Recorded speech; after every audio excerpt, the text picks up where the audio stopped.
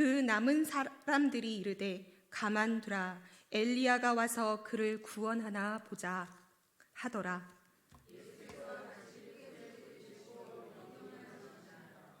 이에 성소 휘장이 위로부터 아래까지 찢어져 둘이 되고 땅이 진동하며 바위가 터지고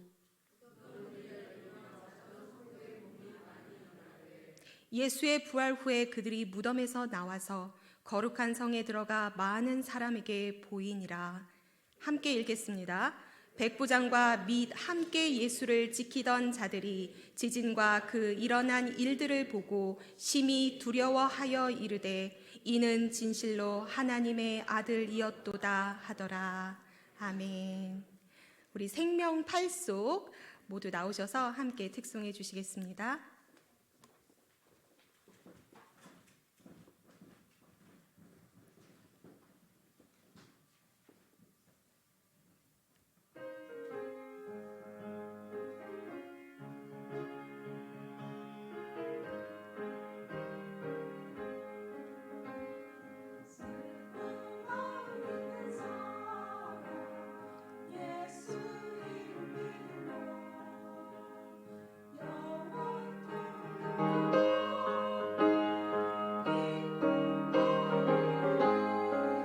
박수 치면서 같이 할까요?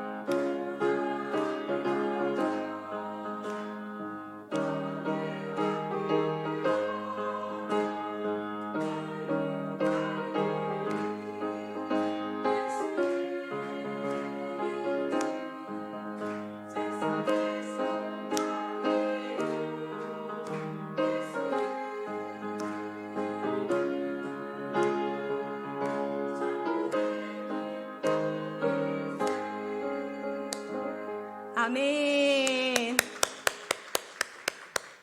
귀한 찬양 감사합니다. 오늘 함께 말씀 나눌 때 우리 하나님께서 만지시는 위로와 크신 사랑이 함께 하시기를 축복합니다. 최근 넷플릭스 드라마 중에서 더 글로리라는 드라마를 보신 적이 있습니까? 고등학교 시절 고데기로 온몸이 찢어지는 너무나도 잔인하고 끔찍한 학교 폭력을 당했던 한 여인이 자신의 인생을 전부 걸고 아주 치밀하게 복수를 시작합니다. 결국 그녀는 자신을 가해했던 이들의 인생을 하나하나 무너뜨려 그들을 파멸로 이끌고 복수를 완성시킵니다. 드라마의 제목이 더 글로리인 것처럼 복수의 완성이 곧 영광이다 라는 아주 통쾌한 결말을 담고 있습니다. 그러면서도 아이러니하게 용서는 없어, 그래서 영광도 없겠지만 이라는 극 중의 한 대사는 씁쓸한 해피엔딩의 느낌을 우리에게 줍니다. 이 드라마의 작가인 김은숙 작가는 이 대사를 통해 인간이 스스로 칼을 꺼내 자신의 온 인생을 바쳐 그토록 처절하고 외롭고 고통스러운 복수를 완성하는 것이 과연 행복할까? 또한 용서 없는 복수의 성취가 과연 진정한 영광일까? 우리에게 질문을 던져주는 것이 아닐까요?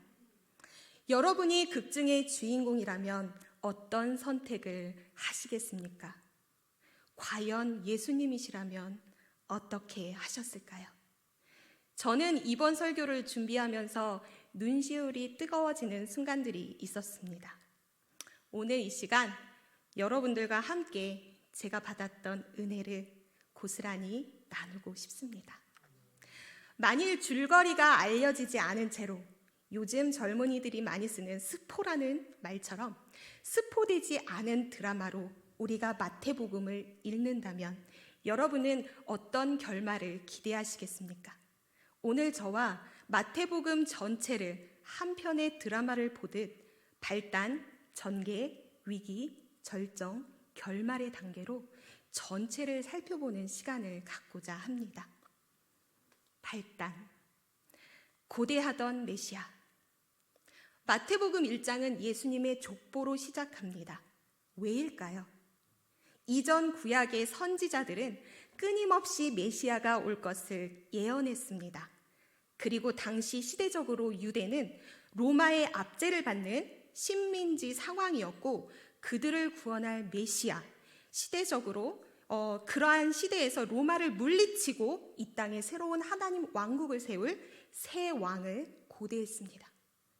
이제 진짜 왕이 오셨고 예수가 진짜 왕이다 라는 것을 증명하기 위해 마태는 족보를 사용했습니다. 그것은 아주 좋은 툴이었습니다. 마태복음 1장 17절 말씀을 함께 읽어볼까요? 그런즉 모든 대수가 아브라함부터 다윗까지 14대요 다윗부터 바벨론으로 사로잡혀 갈 때까지 14대요 바벨론으로 사로잡혀 간 후부터 그리스도까지 14대더라. 아멘. 아브라함과 다윗의 자손 예수 그리스도의 계보라. 이렇게 시작하여 마태는 족보의 이름을 나열할 때 14대, 14대, 14대로 의도적으로 맞춥니다. 그리고 또한 다윗이라는 키워드로 유대인들의 흥미를 이끌어냅니다. 바로 참 메시아, 이 땅을 구원할 왕이 예수님이심을, 그가 진짜 왕임을 정통성을 증명하고자 했던 것이지요. 그렇다면 참 메시아가 갖는 특별한 요소는 무엇일까요? 우리 함께 말씀 속에서 찾아볼까요? 여러분께서 대답해 주시기 바랍니다. 먼저 마태복음 1장 18절 말씀을 읽어보도록 하겠습니다. 예수 그리스도의 나심은 이러하니라. 그의 어머니 마리아가 요셉과 약혼하고 동거하기 전에 성령으로 잉태된 것이 나타났더니. 하나 더 보겠습니다. 마태복음 3장 16절에서 17절 말씀입니다.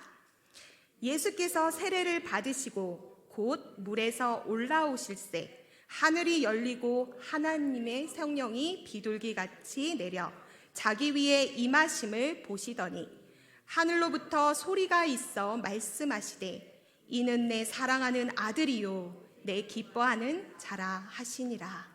아멘. 찾으셨나요? 무엇이었죠? 그렇죠. 자신 있게 대답해 주실 수 있으신가요? 찾으셨나요? 네, 무엇일까요? 맞습니다. 네, 엎드려 절 받는 느낌입니다. 네, 하나님의 왕국을 세울 하나님의 아들 참 메시아는 출생부터 달랐습니다. 성령으로 잉태되었죠.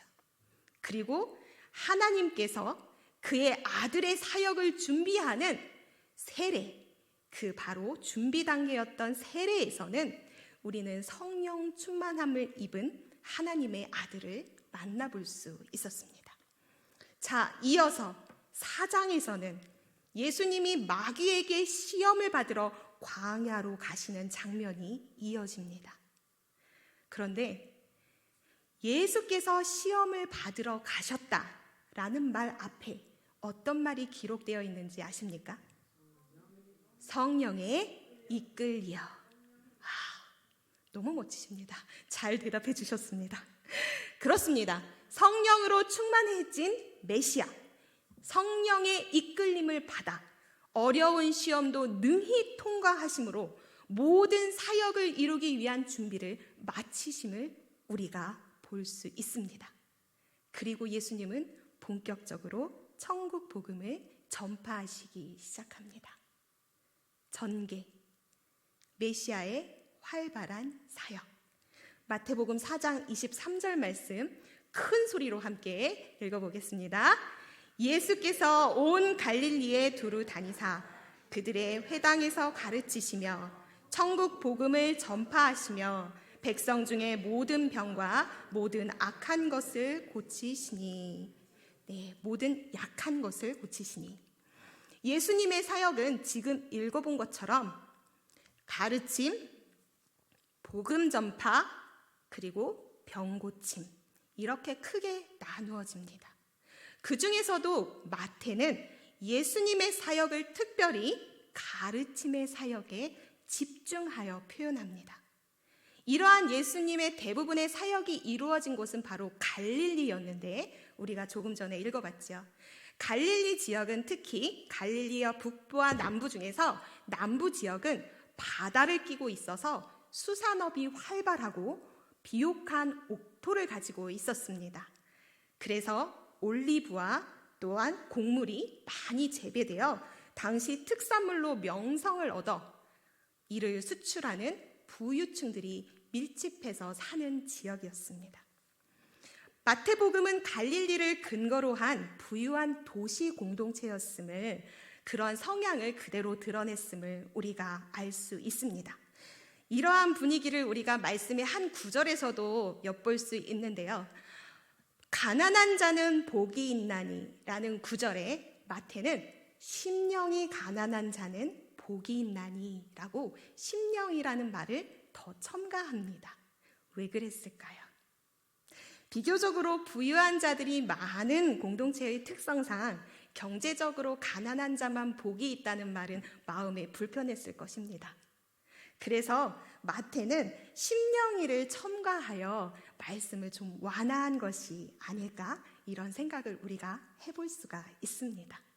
이렇듯 마태복음은 부유한 멤버들로 구성된 도시 공동체의 분위기를 가지고 있었음을 알 수 있습니다. 또한 마태복음은 다른 복음서에 비해 유대적 성향이 강함을 알 수 있습니다. 그 이유는 마태가 마태복음을 기록할 때 그 대상을 예수님을 안 믿는 유대인들을 대상으로 하였기 때문입니다. 그렇기 때문에 유난히 마태복음은 다른 복음서에 비해 구약 예언서가 많이 인용이 되어 있습니다. 아무래도 성경에 능통한 유대인들을 타깃으로 했기 때문이겠죠. 그러고 보니 부유한 도시에 사는 교육받은 유대인들, 그러한 사람들에게 쉽게 접근하기 위해서 예수님은 선생이라는 호칭으로 마태복음서에 많이 기록이 되고 있습니다. 마태복음의 구조를 보면 크게 5개로 나눌 수가 있는데요. 이것 또한 5개의 가르침으로 구분지어지는 특징을 가지고 있습니다. 먼저 5장에서 7절은 산산수훈, 신앙생활의 원리를 담은 그러한 가르침이 들어있고요. 10장은 전도 여행 중의 가르침, 13장은 천국에 대한 가르침, 18장은 공동체 생활에 대한 가르침, 23장에서 25절은 종말에 대한 가르침 등으로 예수님은 우리에게 참 가르침을 전하는 좋은 선생으로 표현됩니다. 하늘과 땅의 모든 권세를 내게 주셨으니 그러므로 너희는 가서 모든 민족을 제자로 삼아 아버지와 아들과 성령의 이름으로 세례를 주고 내가 너희에게 분부한 모든 것을 가르쳐 지키게 하라. 마태복음 28장의 피날레, 예수님이 승천하시기 전 남겼던 지상 대명령도 우리를 향한 가르침의 명령이었습니다. 여러분 아십니까? 성령 충만한 예수님의 가르침은 누구보다도 탁월했습니다. 그의 가르침은 뛰어났고 그의 가르침을 들은 백성들은 예수님의 가르침에 매료당했습니다. 예수님은 큰 인기를 얻었습니다. 예수님의 가르침을 받은 자들은 새 사람으로 변화되었습니다.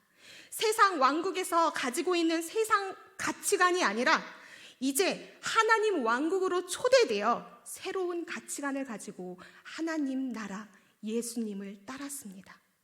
돈을 쫓던 세리 마태가 예수님을 따르는 제자가 된 것처럼 말이죠. 여기까지 보시면 여러분들은 새롭게 세워질 하나님의 왕국을 기대하십니까?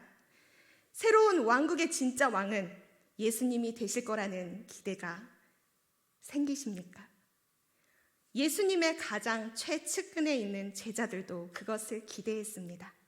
서로 예수님이 왕이 되시면 내가 가장 높은 자리, 한 자리 차지해야지 라고 서로 다투었고, 요한과 야고보의 어머니 살로메는 심지어 자기 두 아들이 예수님이 왕이 되었을 때 높은 자리를 얻게 해달라고 청탁하러 예수님을 찾아옵니다. 위기, 메시아 사역의 방해꾼. 그러나 다른 한편으로 예수님의 가르침이 아무리 참되고 예수님의 가르침이 아무리 탁월하다 하여도 예수님의 사역은 순탄치 않았습니다.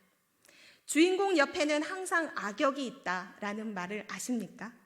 예수님 옆에는 항상 태클 걸고 시비 거는 악역이 있었습니다. 9장에 보면 예수님이 세리 마태의 집에서 앉아서 음식을 잡수실 때가 있는데 바리새인들은 이것을 보고 제자들에게 와서 비난합니다. 어찌하여 너희 선생은 세리와 죄인들과 함께 잡수시느냐? 그들은 예수님을 쫓아다니며 끊임없이 공격하고 비난합니다. 예수님이 귀신 들려 말 못하는 자를 고치셨을 때도 바리새인들은 말했습니다. 바리새인들은 그가 귀신의 왕을 의지하여 귀신을 쫓아낸다 라고 예수님을 모함했습니다. 12장의 안식일에 손 마른 자를 고치셨을 때도 마찬가지였습니다. 예수님이 안식일 준수를 어겼다고 하여 율법도 제대로 모르는 놈이 선생이라고 선생인 척하며 돌아다닌다며 예수님을 힐난하며 고발했습니다. 어떤 눈으로 보느냐에 따라 상황은 달라 보입니다. 귀신 들려 눈 멀고 말 못하는 사람을 예수님이 고쳐주셨을 때, 그가 말하고 보게 되었을 때 많은 무리들은 이렇게 외쳤습니다. 다윗의 자손이 아니냐. 그러나 똑같은 상황에서도 바리새인들은 예수님의 인기를 시기하며 귀신의 왕 바알세불을 의지하여 바알세불의 힘을 의지하여 저가 귀신을 쫓았다라고 힐난하며 비난했습니다. 613개의 형식적인 율법 준수, 그것이 절대적인 신앙이라고 생각했던 그들은 예수님이 율법을 어겼다고 판단하여 신성모독죄라는 타이틀을 씌웠고 더욱더 예수님을 어떻게 죽일지 궁리하였습니다. 그런데 말입니다. 모세의 율법에 정통했던 바리새인들이었지만 그들은 매번 예수님의 말씀 앞에 말문이 막혔습니다. 그리고 그런 상황은 거듭되었고 그들은 약이 바짝 올랐습니다. 그들이 뭐라 비난해도 예수님의 가르침은 모세의 율법을 뛰어넘는 그 이상이었습니다. 그들은 눈에는 눈, 이에는 이 이렇게 외쳤지만 예수님은 사랑으로 허다한 것들을 덮어 우리의 마음을 움직이셨습니다. 나는 율법을 폐하러 온 것이 아니라 율법을 완전하게 하려고 왔다. 예수님의 인기가 높아질수록 자신들이 최고의 종교 지도자로 대접받고 있는 기득권의 위험을 느꼈겠지요. 그들의 시기와 비방은 점점 더 그 공격성이 더해져 예수님을 죽이고자 하는 생각까지 이르렀고 예수님은 그들의 내면을 꿰뚫어 보시기 시작합니다. 마태복음 12장 34절 말씀 함께 읽겠습니다. 독사의 자식들아, 너희는 악하니 어떻게 선한 말을 할 수 있느냐? 이는 마음에 가득한 것을 입으로 말함이라. 예수님과 바리새인들과의 첨예한 대립 상황 속에서 갈등은 점점 고조되고 있었습니다. 23장은 갈등의 최고조를 보여줍니다. 예수님은 화 있을지언정 외식하는 서기관들과 바리새인들아, 뱀들아, 독사의 새끼들아, 반복적으로 그들을 이렇게 부르시며 그들의 상태를 겉만 번드르르하고 속에는 썩은 내 진동하는 회칠한 무덤으로 표현하십니다. 우리 마태복음 23장 27절 말씀 함께 읽어볼까요? 화 있을진저 외식하는 서기관들과 바리새인들이여, 회칠한 무덤 같으니 겉으로는 아름답게 보이나 그 안에는 죽은 사람의 뼈와 모든 더러운 것이 가득하도다. 최고조의 갈등 상황을 보고 계신 여러분, 지금 어떤 결말을 기대하고 계십니까? 이 땅에 참 메시아로 오신 예수님을 쫓아다니며 괴롭히는 그들, 비난하고 모함하는 바리새인들을 예수님께서 제대로 벌 주시고 망신 주시는 통쾌한 결말을, 복수를 기대하십니까? 회칠한 무덤 같은 저 가식적인 자들을 다 몰아내고 다윗의 자손으로 이 땅에 오신 하나님의 아들 진짜 왕이 하나님의 왕국 새 나라를 세울 것을 기대하고 계십니까? 그러나 여러분의 기대와는 다르게 가룟 유다의 등장으로 상황은 반대로 전개됩니다. 절정, 십자가에 달린 메시아. 26장에 이르러 유대 종교 지도자들인 대제사장과 백성의 장로들은 가야바라 하는 대제사장의 뜰에 모입니다. 왜일까요? 예수님을 잡아 죽일 흉악한 음모를 꾸미기 위해서였습니다. 그런데 아십니까? 그 음모에는 서글프게도 딴 사람도 아닌 예수님의 측근, 그의 제자 가룟 유다가 이용됩니다. 그들은 예수님의 제자 중 가룟 유다를 은 30에 매수하여 앞잡이로 삼아 예수님을 잡는데 교묘하게 이용만 해먹고 버립니다. 예수님은 자신의 제자 가룟 유다에게 배신당할 것을 모르고 계셨을까요? 모르고 계셨을까요? 이미 아셨습니다. 그는 자신의 죽을 운명을 이미 아셨습니다. 이미 6월절 만찬을 나누면서 제자들에게 이렇게 말씀하셨죠. 너희 중에 한 사람이 나를 팔리라. 인간의 몸으로 오신 하나님의 아들, 하나님의 아들이시니까 두렵지 않으셨을까요? 인간의 몸으로 오셨기 때문에 우리가 느끼는 고통과 우리가 느끼는 감정을 고스란히 그대로 느끼셨습니다. 예수님은 말씀하십니다. 내 마음이 매우 고민하여 죽게 되었으니, 두려움과 떨림으로 땀방울이 핏방울 되듯 고뇌하며 예수님도 이 힘든 십자가 앞에 기도하셨습니다. 겟세마네 기도 후에 예수님은 결박당한 채 십자가의 운명을 맞이하게 됩니다. 십자가에 대한 여러분은 어떤 생각을 가지고 계십니까? 사실 십자가는 제가 생각했던, 기대했던 드라마틱한 결말은 아니었습니다.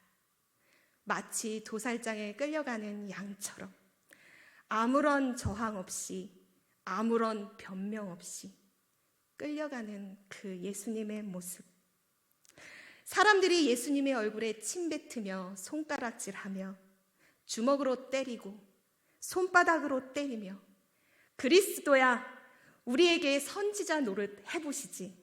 너를 친 자가 누군지 한번 맞춰보시지 하며 조롱합니다. 그리고 마침내 흉악한 죄수들 사이에 십자가에 못 박히게 된 하나님의 아들. 두 손에는 대못이 박혔습니다. 두 발에도 대못이 박혔습니다. 조롱하듯 가시 면류관이 머리 위에 쓰여져 머리에도 피가 납니다.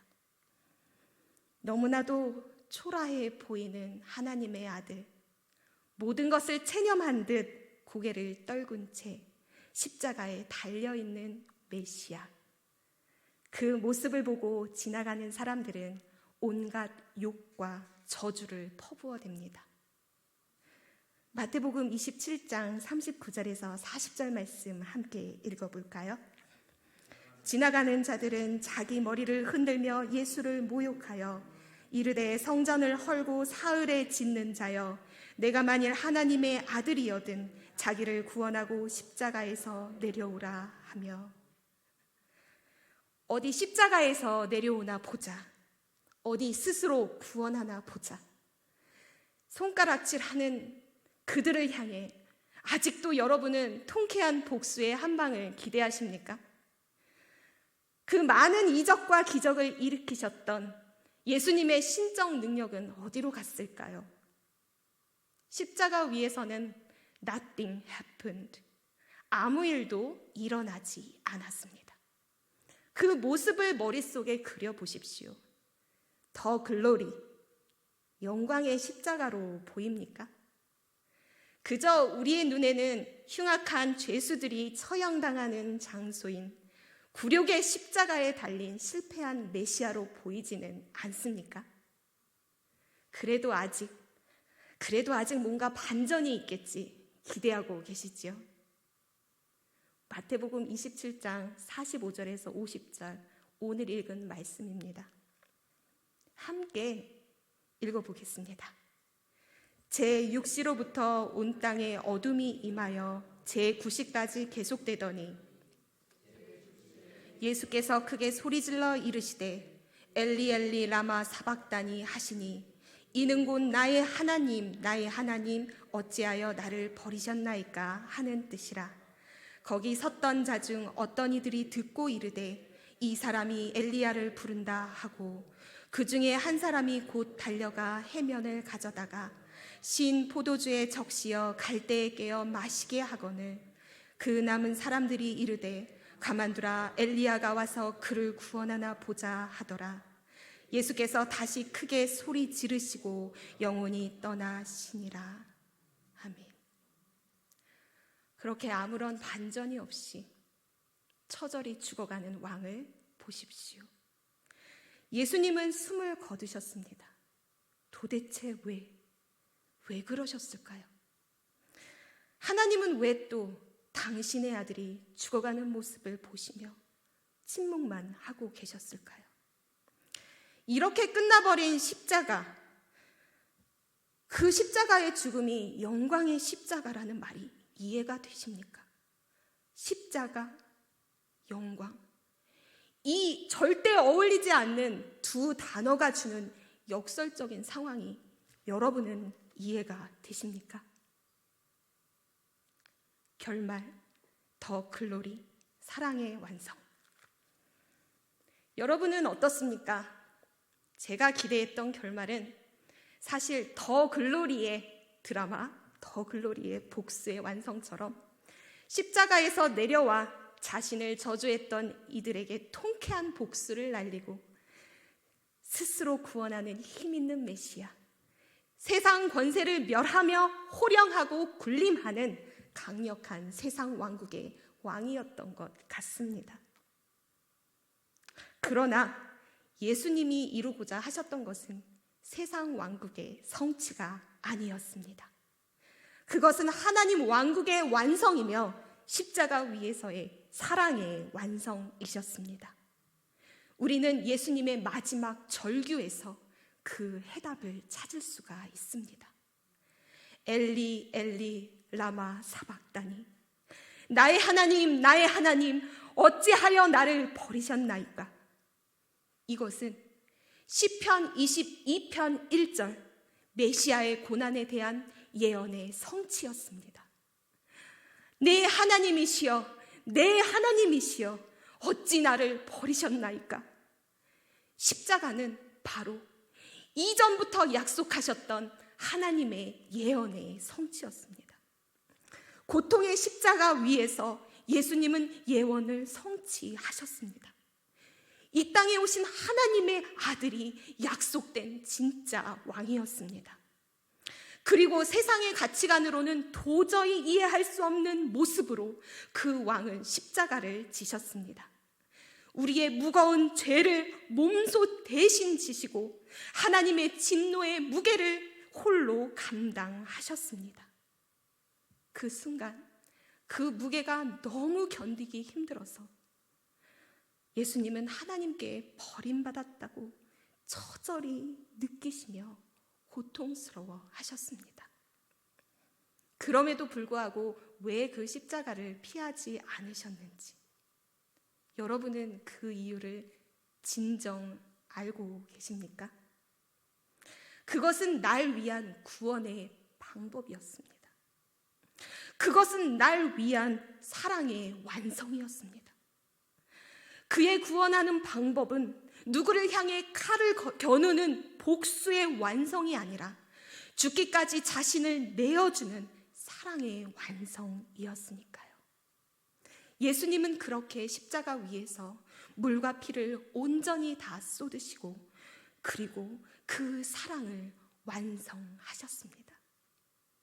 그 사랑이 완성된 후에 마태는 십자가가 실패가 아닌 승리임을 우리에게 증명합니다. 이에 성소 휘장이 위로부터 아래까지 찢어져 둘로 되고 땅이 진동하며 바위가 터지고 무덤들이 열리며 자던 성도의 몸이 일어나되 예수의 부활 후에 그들의 무덤에서 나와서 거룩한 성에 들어가 많은 사람에게 보이더라. 백부장과 및 함께 예수를 지키던 자들이 지진과 그 일어난 일들을 보고 심히 두려워하여 이는 진실로 하나님의 아들이었도다 하더라. 아멘. 사랑하는 성도 여러분, 나에게 십자가는 어떤 의미입니까? 그저 아직도 나와는 상관없는 나무 형틀로 보이십니까? 날 위해 죽으셨다는 말이 머리가 아닌 마음으로 진정 믿어지십니까? 우리는 예수님이 나를 십자가에 초대하시기 전까지는 그 비밀을 알 수가 없습니다. 이 십자가가 내 십자가로 다가왔을 때만, 그때에만 이 십자가의 비밀이 열리고 복음으로 믿어지기 시작합니다. 그리고 그 처절한 십자가가 부끄러운 실패의 십자가가 아니라 나의 자랑, 영광의 십자가로 바뀌는 역사가 일어납니다. 진심으로 사랑하는 성도 여러분, 교회에 다니는 이유는 처음부터 끝까지 십자가여야 합니다. 아직 십자가가 마음에 다가오지 않으셨다면 나에게도 보여주십시오. 이렇게 믿음을 구하십시오. 그리고 이미 십자가의 경험을, 은혜를 경험하신 분이 있으시다면 더욱더 십자가를 붙드십시오. 드라마 주인공 동은이의 온몸이 고데기에 데인 그날 밤 땅바닥에 뒹굴며 처절히 괴로워하던 모습이 있었습니다. 삶을 포기하려던 그녀가 사실 살고 싶어서 선택한 것이 복수였습니다. 우리에게도 참으로 삶을 내려놓고 싶은 버겁고 힘든 고통의 시간들이 참 많이 있지요. 저도 마찬가지입니다. 한때 저도 삶을 포기하고 싶었던 때가 있었습니다. 사랑받고 사는 것이 너무 익숙했어서 미움받는 상황을 이겨낼 힘이 저에게는 없더라고요. 어떻게든 좋은 관계를 회복하고 싶은데 작정하고 미워하려고 달려드는 사람 앞에선 애쓸수록 그 상황이 꼬이기만 하더라고요. 나라는 사람을, 내 진심을 몰라주는 것 같아 너무나 억울했습니다. 그런데 저도 살고 싶었나 봅니다. 똑같이 미워할 줄도 모르고 똑같이 악담을 할 줄도 모르니 그저 제가 할 수 있는 것은 십자가 앞에 나아가는 것밖에 없었습니다. 매일 새벽 교회에 나와 십자가를 바라보며 울기만 했습니다. 그 상황에 억울해서 기도도 나오지가 않더라고요. 그렇게 한 달 가까이 울기만 하다 집으로 돌아왔습니다. 매일같이 십자가 앞에 앉아 매일같이 십자가만 바라보며 매일같이 울기만 했습니다.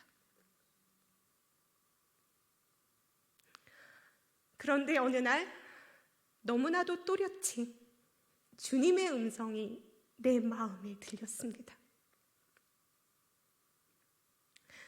나의 사랑, 어여쁜 자여, 일어나서 함께 가자.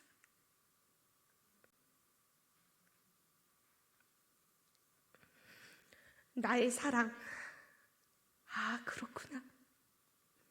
내가 바라보고 있었던, 한 달 동안 바라보고 있었던 저 십자가에서 예수님이 날 사랑하셔서 목숨 바쳐 죽으셨지. 제 마음속에 예수님은 말씀하셨습니다. 누가 널 미워하는 것은 하나도 중요하지 않아. 그건 그들의 몫이야. 내가 널 사랑한다는 것이 가장 중요하지. 순간 마음이 쿵 하고 내려앉았습니다. 눈물이 왈칵 쏟아졌습니다. 하염없이 울었습니다.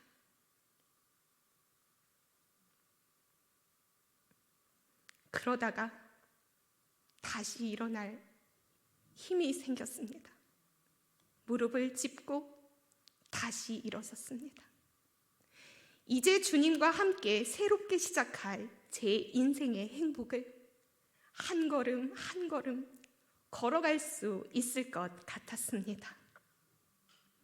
십자가가 나를 다시 일으켜 세웠습니다.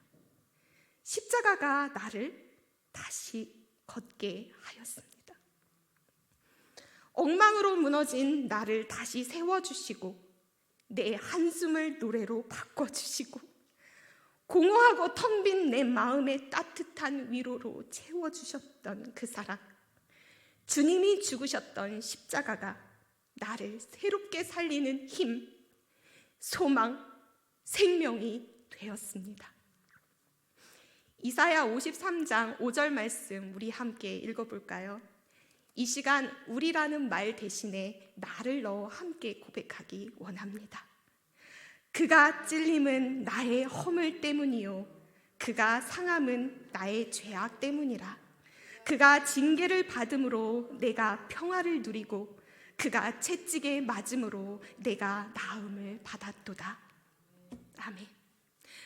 주님이 고통받으셨던 십자가, 나를 살리는 영광이 되었습니다. 세상 왕국의 가치관으로는 도저히 이해할 수 없는 십자가의 영광. 십자가의 영광은 복수의 완성이 아니라 사랑의 완성이었습니다.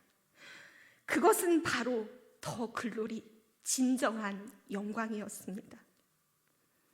오늘 십자가에 대못 박히신 주님의 두 손에 여러분의 두 손을 가만히 포개 보시기를 축복합니다. 저는 이제 내 힘으로 도저히 용서할 수 없는 그들까지도 십자가 앞에 이름을 부르며 용서해 보려고 합니다. 우리 성도님들도 저와 함께 용기 내어 보시지 않으시겠습니까? 더 글로리, 사랑의 완성, 하나님의 왕국의 가르침은 선했습니다. 그 선한 가르침, 십자가를 배워 그것을 전하여 세상을 그리스도의 사랑으로 물들이는 우리도 작은 제자가 되기를 다짐해 봅니다. 아멘. 이 시간 함께 기도하시겠습니다. 사랑의 하나님, 감사합니다. 우리를 위해 그 고통의 십자가를 지신 주님의 사랑에 오늘도 감격합니다. 우리의 마음의 고통과 상처, 그리고 모든 문제들을 주님의 십자가 앞에 내려놓기 원합니다. 주님의 위로를 구합니다. 주님, 우리에게 오셔서 새로운 생명과 소망을 주시고 주님의 사랑으로 다시 시작할 수 있는 시작이 되어 주옵소서. 오늘 주님의 십자가를 붙들며 나아갑니다. 우리 가운데 오시어서 성령으로 어루만져 주옵시고 주님의 십자가의 은혜에 온전히 흠뻑 젖는 성령의 시간 되게 덧입혀 주옵소서. 감사하며 예수님 이름으로 기도합니다. 아멘.